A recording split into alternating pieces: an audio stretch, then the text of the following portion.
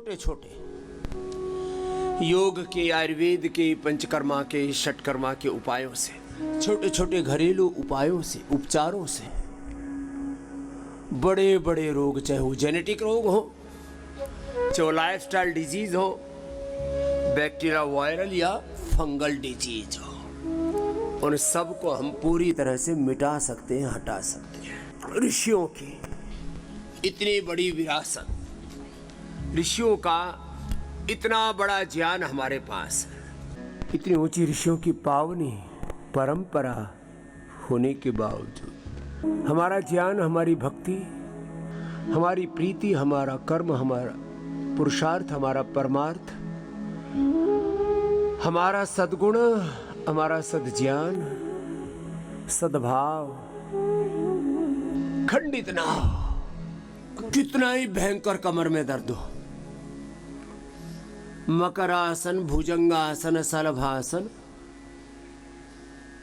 और धनुरासन ना भी हो पाए तो कोई बात नहीं, मरकटासन करने से भयंकर से भयंकर कमर में दर्द अच्छा हो जाता है। Cervical spondylitis, pain, slip disc, sciatica, lumbospondylitis, ankylosing spondylitis, यहाँ तक कि स्क्लेरोसिस तक हमने अच्छा किया है। रोगों की 3 स्थितियां होती हैं,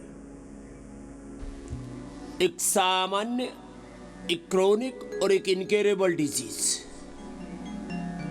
प्रारंभिक अवस्था में रोग तुरंत अच्छे हो जाते हैं, रोग पुराने होने पर थोड़ा सा ज्यादा पुरुषार्थ करना पड़ता है, और जब वही रोग प्राण घातक हो जाते हैं, लाइफ थ्रेटनिंग डिजीज के रूप में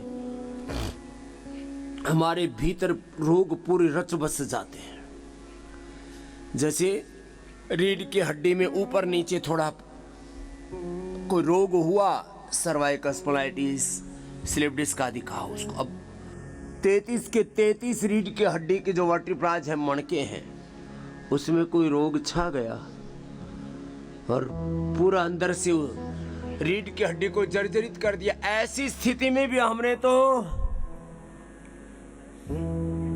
एक माता थी पंचकुला, चंडीगढ़, वहां रहती थी, उसका नाम ही था रामा देवी। उसको स्ट्रेचर पर लेके आए,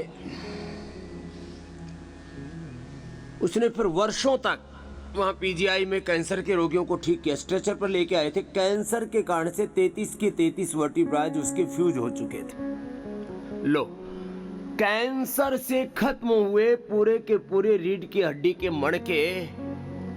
मैं कहता हूं थोड़ा वक्त तो लगता है ऐसे में, उस मैया ने अपना कैंसर अच्छा कर लिया।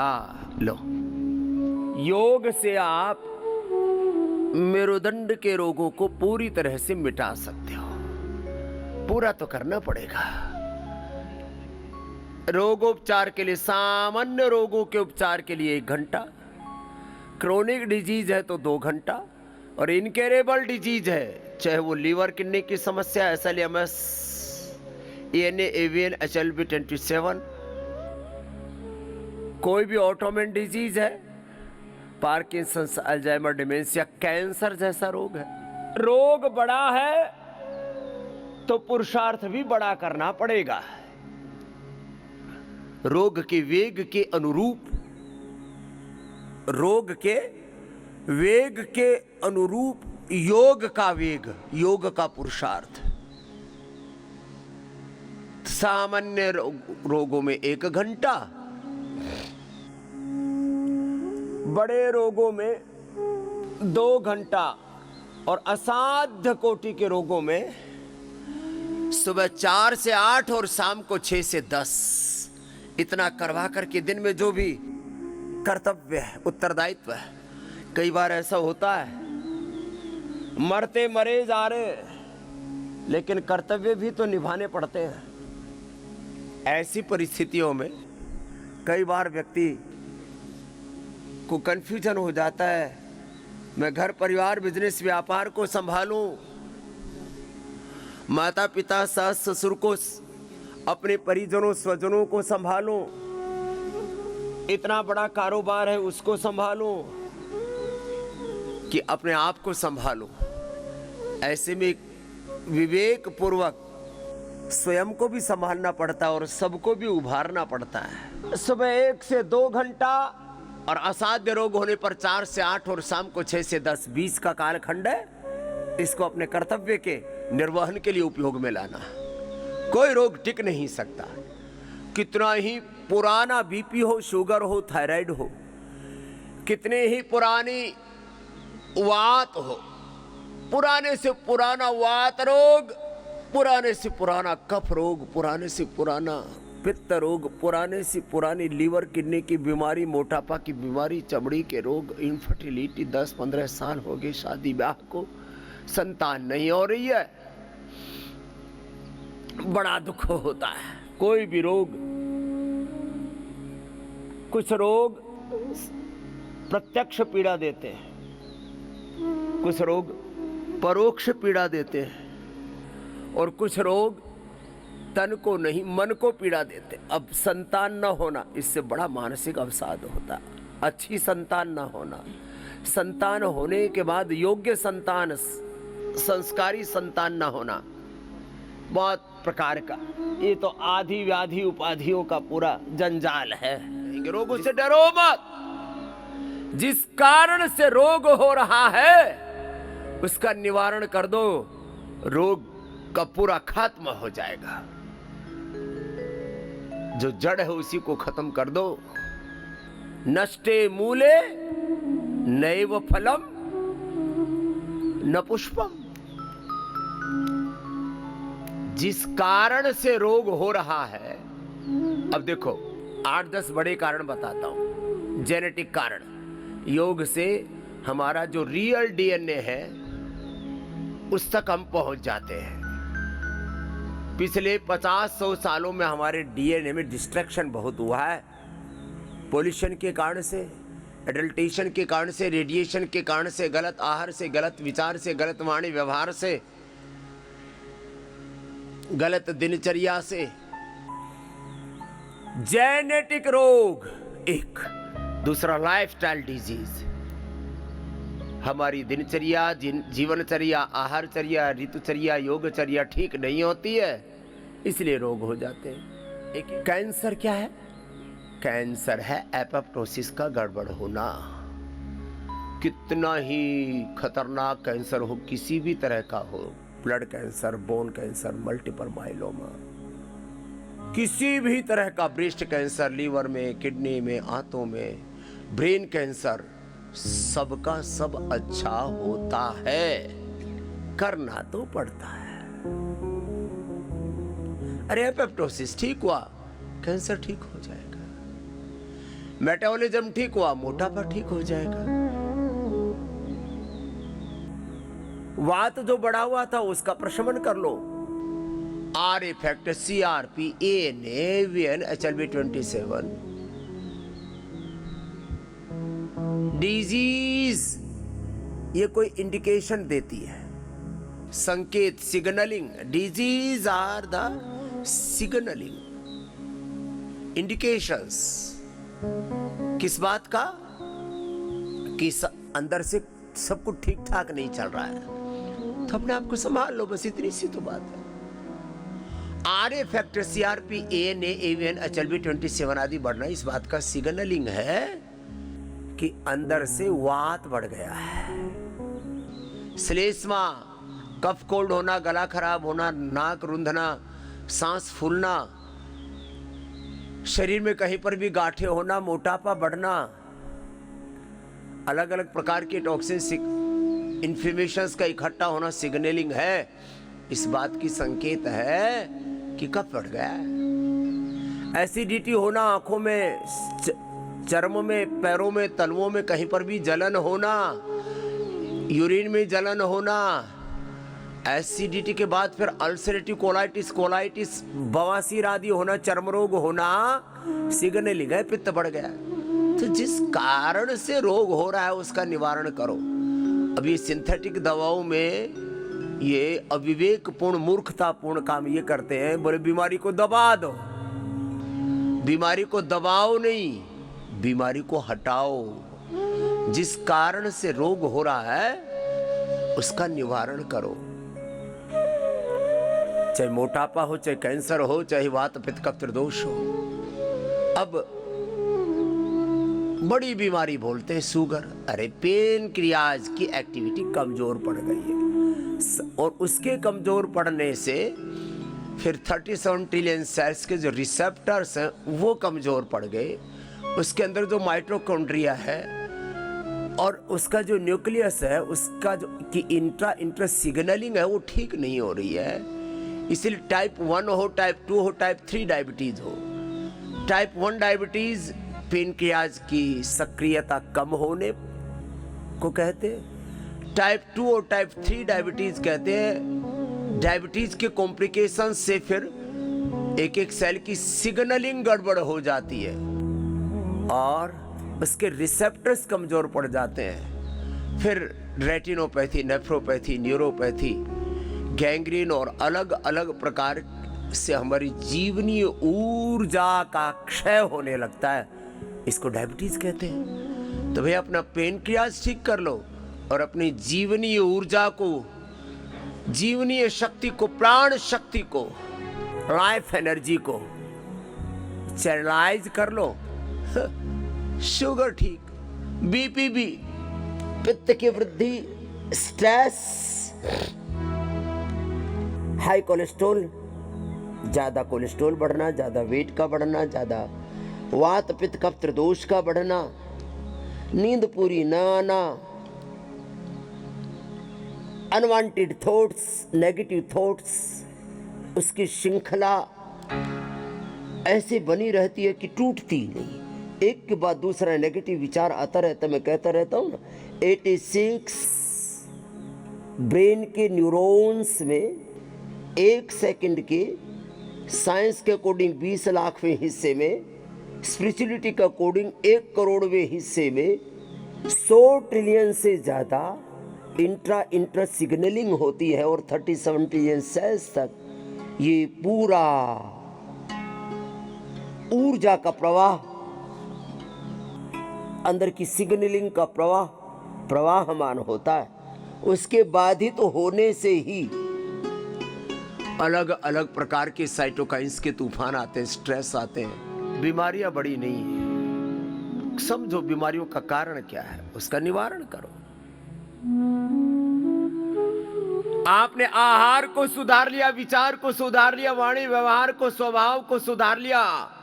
आहार का, विचार का, वाणी का, व्यवहार का, स्वभाव का परिष्कार, संस्कार, यही है योग। कैसे ब्लड प्रेशर रहेगा आपको, कैसे स्ट्रेस रहेगा, हार्ट की प्रॉब्लम हो ही नहीं सकती, ब्रेन स्ट्रोक, हार्ट अटैक, ये भी योग विमुख होने का परिणाम है। योग करते रहेंगे ना ब्रेन में, ना हार्ट में, बॉडी में कहीं पर भी कोई क्लॉट इकट्ठा ही नहीं होगा। जिंदगी भर आपको ब्रेन स्ट्रोक, हार्ट अटैक नहीं हो सकता। ये सिंथेटिक दवा, सिंथेटिक फूड और बहुत प्रकार का उलट पुलट खाना खाते, उसमें सबसे ज्यादा 5 चीजें, सिंथेटिक दवा, सिंथेटिक फूड, दवा, nutraceuticals, vitamin D, B12, calcium, iron आदि, न जाने क्या क्या अड़कबाड़ खाते रहते हैं। Synthetic medicine, synthetic vitamin, synthetic food, फिर ये unhealthy food, unhealthy fat, unsaturated fat खाना चाहिए। ये आजकल रिफाइंड ऑयल और पता नहीं तेल के नाम पर घालमेल बड़ा चल रहा है। इनफर्टिलिटी का कारण है रिप्रोडक्टिव सिस्टम की गड़बड़ी। योग के, आयुर्वेद के, नेचुरोपैथी के उपाय कर लो, इनफर्टिलिटी ठीक हो जाएगी। ये कोई तंत्र मंत्र से होने वाला कार्य नहीं है। जिस कारण से रोग हो रहा है उसका निवारण करो, और वो बहुत छोटे छोटे उपायों से निवारण हो जाता है। चलो वही बताते हैं।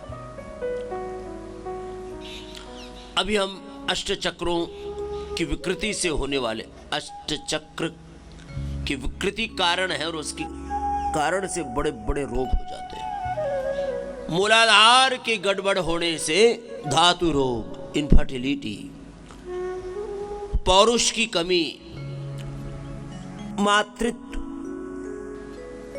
शक्ति आपकी क्षीण हो जाती है, ओज तेज आपका क्षीण हो जाता है। तो रिप्रोडक्टिव सिस्टम को एक्टिवेट करने के लिए मूल बंध लगाओ, ध्यान बंध लगाओ, कपालभाति करो, मंडूकासन करते समय, सेतु बंध, सर्वांग हलासन आदि करते समय या बाह्य प्राणायाम करके मूल बंध लगा करके रिप्रोडक्टिव सिस्टम को ठीक करो। माताओं बहनों को संतति सुधा। अब देखो, कुछ औषधियां तो ऐसी हैं, सब माँ बहन बेटियों को कम से कम सप्ताह में एक बार दशमूल, एक एक गोली प्रतिदिन संतति सुधा वटी सिरप आदि जो बना रखा ले लो। जिंदगी में कभी भी माँ बहन बेटियों को मासिक धर्म से रिलेटेड, मातृत्व से संबंधित, और जब पीरियड बंद होने को होता है तो उसको बोलते हैं मेनोपॉज, और हार्मोनल इम्बैलेंस, फिर थायराइड और बहुत तरह की सैकड़ों समस्याएं हैं। दरअसल प्रॉब्लम्स की एक श्रृंखला होती है। क्या बोला? श्रृंखला। रोग की भी एक श्रृंखला है, भोग की भी एक श्रृंखला है, और एक योग की श्रृंखला है। जैसे रोगों की भोगों की एक श्रृंखला है, पापांधकारार्क परंपराभ्याम, ऐसे काम क्रोध लोभ मोह अहंकार अविद्या अस्मिता राग द्वेष अभिनिवेश मद मत्सर और अज्ञान अश्रद्धा अकर्मण्यता प्रमाद जनित जो एक पूरे जीवन के विध्वंस विकारों की एक परंपरा, ऐसे ही इस श्रृंखला को तोड़ने के लिए योग की एक परंपरा है। योग और योग युक्त, ज्ञान और ज्ञान युक्त,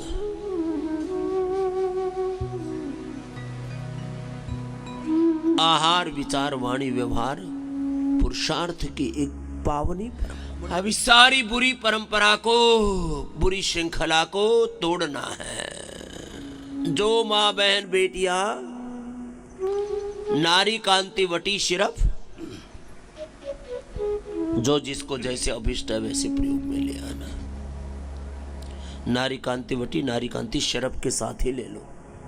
शुगर है तो सिरप लेने की जरूरत ही नहीं है, वो खाली केवल नारी कांति वटी ले ले और शतावर का प्रयोग कर ले। जिंदगी भर माँ बहन बेटियों को कोई प्रॉब्लम आ ही नहीं सकती। अब दुखी रहती है, 100 तरह की चीजें खाएंगी, अब ये हो गया, अब वो हो गया, अब खून की कमी हो गई, हीमोग्लोबिन की कमी हो गई, अब थायराइड बढ़ गया, अब पीरियड की दिक्कत है, कमर में दर्द हो रहा है, वाइट डिस्चार्ज है, अब तो ब्लीडिंग बहुत ज़्यादा हो रही है, अब तो फिर हार्मोनल इम्बैलेंसेस, बहुत तरह के स्ट्रेस और तनाव जनित बहुत सारी प्रॉब्लम्स। पीरियड बंद होते समय एक अलग प्रकार के दुख के दौर से गुजरना पड़ता माँ बहन बेटियों को। अब सब माँ बहन बेटियां यदि नारी कांति वटी सिरप का प्रयोग कर ले, पहले खाने के बाद माँ बहन बेटियां दशमूलारिष्ट, जिनका शरीर थोड़ा कमजोर होता था अश्वगंधारिष्ट, जिनका पाचन थोड़ा कमजोर होता था द्राक्षासव खून की आदि की भी कमी रहती थी, जिनके हाथों में थोड़ी सूजन रहती थी पुनर्नवारिष्ट, सामान्य रूप से अपने पाचन को अच्छा रखने के लिए कुमारियां सब, जिनको कब्ज रहती थी वो अभयारिष्ट, जिनको थोड़ा कोलाइटिस की प्रॉब्लम होती थी कुर्जारिष्ट, सामान्य रूप से सब कोई ना कोई सिरका, कांजी सिरका सब पहले जानते थे, बनाते भी थे, प्रयोग में लाते थे, पेट हमेशा अच्छा रहता था। अब कांजी और सिरका सब भूल गए तो हमने कांजी भी तो नहीं, कांजी तो बता दी और सिरका सबको उपलब्ध करा दिया। जामुन का विनेगर, जामुन का सिरका डायबिटीज वालों के लिए, सबके लिए एप्पल विनेगर, अब तो पूरी दुनिया पीने लग गई। और ये चुकंदर का विनेगर खून की कमी के लिए, और जिनको वाइन आदि पीने की, दारू आदि पीने की आदत पड़ गई और छूट नहीं पा रही है, और कुछ ना कुछ खाने के बाद पीने का ऐसा पदार्थ चाहिए कि थोड़े हैप्पी हो जाए, छोटे छोटे चेंज लाओ अपनी लाइफ में। खाने के पहले क्या करना है, खाने के बाद क्या करना है, कैसे उठना बैठना, खाना पीना, जीना है, कैसे सोना है, कैसे सोचना है, कैसे देखना है, सुनना है, कैसे क्या करना है, क्या नहीं करना है, क्या विधि है, क्या निषेध है। विश्वानि देव सवितर दुरितानि परास भयत्पत्रम तन्नास। जीवन के इन साधारण सी बातों का ध्यान ले लिया तो जीवन में कोई रोग दुख का तो प्रश्न ही नहीं, आपका जीवन बहुत सुंदर होगा। पुरुषों को अश्वगंधा, माताओं को शतावरी का प्रयोग जीवन भर करना चाहिए, चाहे 1-1, 2-2 ग्राम ही कर लो। और बहुत तरह के आड़ कबाड़ खाते रहते हो, छोड़ दो। 10 चीज़ें तुम्हें छोड़नी है, चाय छोड़नी है, कॉफ़ी छोड़नी है, चीनी छोड़नी है, रिफाइंड ऑयल छोड़ना है, सिंथेटिक दवा, synthetic vitamin, synthetic hair care, dental care, skin care, synthetic floor cleaner, phenyl नहीं, अब गोनाइल ही प्रयोग करना है। देखो, ये तो स्त्री पुरुषों के बारे में मैंने बात की। अब जैसे आपके बच्चे जिनकी कफ प्रधान प्रकृति है उनको बालप्राश, बड़ों को च्यवनप्राश। जिनकी पित्त प्रधान प्रकृति है उनको अमृत रसायन। बच्चों का बौद्धिक विकास, शारीरिक विकास, उनके सारे न्यूट्रिशंस की कमी दूर। हम क्या खिला रहे बच्चों को? हम बच्चों को खिला रहे सारा का सारा जंक फूड, फास्ट फूड, और ऊपर से उनको सफल बनाने के नाम पर, विजेता बनाने के नाम पर विज्ञापन देख करके ये सब बौद्धिक दिवालिया निकला पड़ा है हमारा। बौद्धिक दिवालियापन के हम शिकार हो गए। कैसे? कोई हमें शिक्षा के नाम पर, कोई हमें चिकित्सा के नाम पर, कोई हमें ताकत के नाम पर पागल बना रहे और हम बन रहे। हमें मूर्ख बना रहे हैं और हम बने जा रहे हैं। इन्फ्लुएंसर्स के चक्कर में अपने बच्चों के साथ हम क्रूरता करते हैं। हमने बोला भाई बच्चों को वसंत कुमार कल्याण रस दे दो या स्वर्ण ओज प्राशन। कुमार कल्याण तो अभी है, स्वर्ण ओज प्राशन अभी तैयार हो गया है, बस उपलब्ध करवाने की बात है। सब बहुत एक कार्य के लिए बहुत पुरुषार्थ करना पड़ता है। कुमार कल्याण रस, स्वर्ण प्राशन बच्चों के लिए जिनका बहुत ही कमजोर शरीर है। वसंत कुसुमाकर रस, इम्यूनोग्रिट वटी, इम्यूनोग्रिट पाउडर या इम्यूनोग्रिट गोल्ड। जिनके फेफड़े बहुत कमजोर हैं, स्वर्ण वसंत मालती, अभ्रक भस्म, सहस्त्र फुटी। 3 से 5 ग्राम 1 महीने में डोज है इन सबकी। 3 से 5 ग्राम अपने बलाबल के अनुसार। कितना भयंकर फेफड़ा कमजोर हो, 80-90% तक फेफड़े खराब हो गए तो स्वर्ण वसंत मालती, अभ्रक भस्म, सहस्त्र फुटी, सारी ब्रोन को हम सबने ठीक कर दी। कितना ही शरीर अंदर से जर्जरित हो गया था। वसंत कुसुमाकर रस, मोती पिष्टी। मोती पिष्टी उसकी सौम्यता के लिए प्रदान करते। चलो अगली बात, जिनके ब्रेन नर्वस सिस्टम में दिक्कत आ जाती है तो रसराज रस, योगेंद्र रस।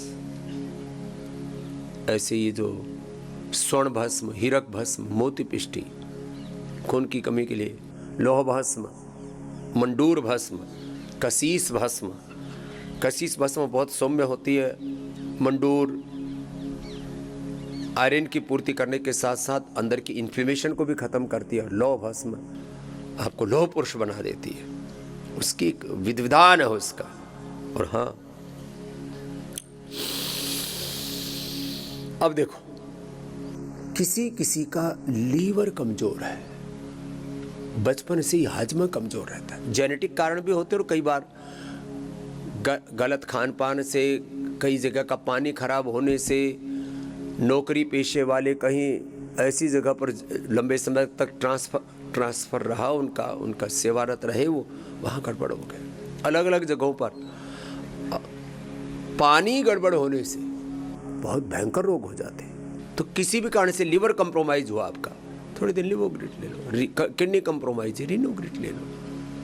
पेनक्रियाज के ऊपर दुष्प्रभाव पड़ा, गलत आहार विचार का पेनक्रियाज पर बहुत बड़ा दुष्प्रभाव पड़ता है। मधुनाश्री, मधुग्रिट ले लो। सूजन आ गई, पेनकोग्रिट ले लो। किसी भी कारण से बीपी बढ़ गया, थोड़ा मुक्तावटी बीपी ग्रिट ले लो। थोड़े दिन लो, बाद में जरूरत नहीं पड़ेगी।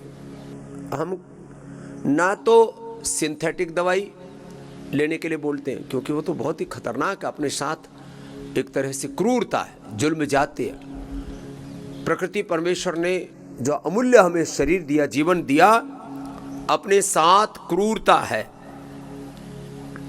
अपने साथ क्रूएल्टी, क्रूरता, अपने साथ बहुत बड़ा अन्याय है। ये जो भी उल्टा पुल्टा खाते पीते जीते हैं, खुद के साथ अन्याय तो मत करो भाई।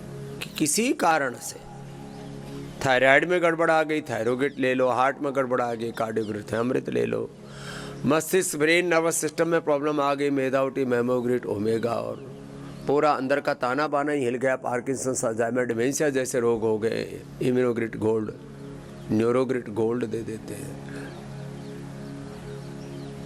पूरे शरीर में कहीं पर गांठें हो गई, सिस्टोग्रिट, डायमंड सिस्टोग्रिट, वृद्धि बाधिका, काचना, पूरा शरीर जर्जरित हो गया है स्किन रोगों के कारण से। कायाकल्प, नीम घनवटी, डर्माग्रिट, सरोग्रिट या मिनिलोग्रिट, मोटापा के लिए मेदोहर्बेट को। खास बात, औषधि का अनुपान। सभी औषधियां खाली पेट यदि एक गोली ले ली जाए, कोई भी किसी भी रोग की औषधि है, जो इनफर्टिलिटी के लिए, माताओं बहनों के लिए संतति सुधा, पुरुषों के लिए यौवनामृत है, जो बवासीर के लिए, अभी मैं अष्ट चक्रों की बात बता रहा था, मूलाधार चक्र के गड़बड़ होने से इनफर्टिलिटी भी होती है और ये बवासीर भी होती है। बवासीर में गोधन अर्क, बस बवासीर हो, पित्त रोग हो या चर्म रोग हो तो ठंडे पानी में, साधारण पानी में गोधन अर्क लेना। जिनका वात और कफ प्रधान शरीर है, प्रकृति है, वो गर्म पानी में, गुनगुने पानी में, खोलते पानी में डालते हैं, फिर अपने प्रकृति के अनुसार उसका सेवन कर लेते हैं। थोड़ा हनी डाल करके ले लेना, न बकबका लगेगा, और उस गौमूत्र की भी उपयोगिता अनंत गुणा बढ़ जाती है। एक गोली 100 गोली के बराबर लाभ करती है खाली पेट ली हुई। बवासीर के लिए अश्वग्रिट, इनफर्टिलिटी के लिए संतति सुधा यौवन, शुगर के लिए मधुनाशिनी मधुग्रिट, इम्यूनिटी के लिए इम्यूनोग्रिट, बीपी के लिए मुक्तावटी, कोलाइटिस के लिए कोलोग्रिट और कुटज घनवटी। खाली पेट ले लो एक एक गोली, हो गया काम, सुबह से ही मामला ठीक। इम्यूनिटी के लिए इम्यूनोग्रिट, मस्तिष्क के लिए मेदावटी, मेमोरी ग्रिट, खाली पेट। ब्रेन नर्वस सिस्टम के डिसऑर्डर्स के लिए, पार्किंसंस, अल्जाइमर, डिमेंशिया आदि के लिए मेमोरी, इम्यूनोग्रिट गोल्ड और न्यूरोग्रिट गोल्ड। खाली पेट मेदोहर्बेट को गोधन अर्क के अनुपान से खाली पेट, बाकी अलग अलग समय अलग अलग अनुपान। खीरा, करेला, टमाटर के जूस का अनुपान शुगर में, लौकी का अनुपान कोलेस्ट्रोल में, हृदय रोगों में, चर्म रोगों में, मोटापा में और कैंसर आदि रोगों में भी बताते हैं। एलोवेरा, गिलोय, पारिजात, निर्गुंडी, सहजने का अनुपान वात रोगों में। हल्दी, अदरक, तुलसी, वासा, पान पत्र, थोड़ा उसमें काली मिर्च, थोड़ी शुंठी, जो भी काली मिर्च, पिपली और जावित्री, जायफल, केसर आदि जिसको जो उपलब्ध है उसका अनुपान ये कफ रोगों में। एलोवेरा, वीटग्रास, शीशम, पीपल, बेल, दुर्वा, दूधी घास आदि का अनुपान पित्त रोगों में। अर्जुन की छाल, दालचीनी का अनुपान हृदय रोगों में। मेधा क्वाथ का अनुपान मस्तिष्क रोगों में। सर्वकल्प, कायाकल्प का अनुपान पेट के रोगों में। प्रोस्टेट में प्रोस्टोग्रिट के साथ, लौकी के जूस का अनुपान तुलसी, काली मिर्च के साथ। ऐसे ये एक पुस्तक है पतंजलि उपचार पद्धति। ये बहुत ही पहले एक छोटी सी किताब आया करती थी, औषध दर्शन, उसमें खाली औषधि के बारे में होता था, थोड़ा सा परहेज आदि था। इसमें सब कुछ है, योग, आयुर्वेद, नेचुरोपैथी, पंचकर्मा, षटकर्मा, आसन, प्राणायाम, सब कुछ है। सबके पास ये पतंजलि उपचार पद्धति तो पुस्तक होनी ही चाहिए, हर घर में होनी चाहिए। औषधि, औषधि का अनुपान, फिर अपने प्रकृति के अनुसार खान पान, इन चीजों का बहुत गहरा असर पड़ता है।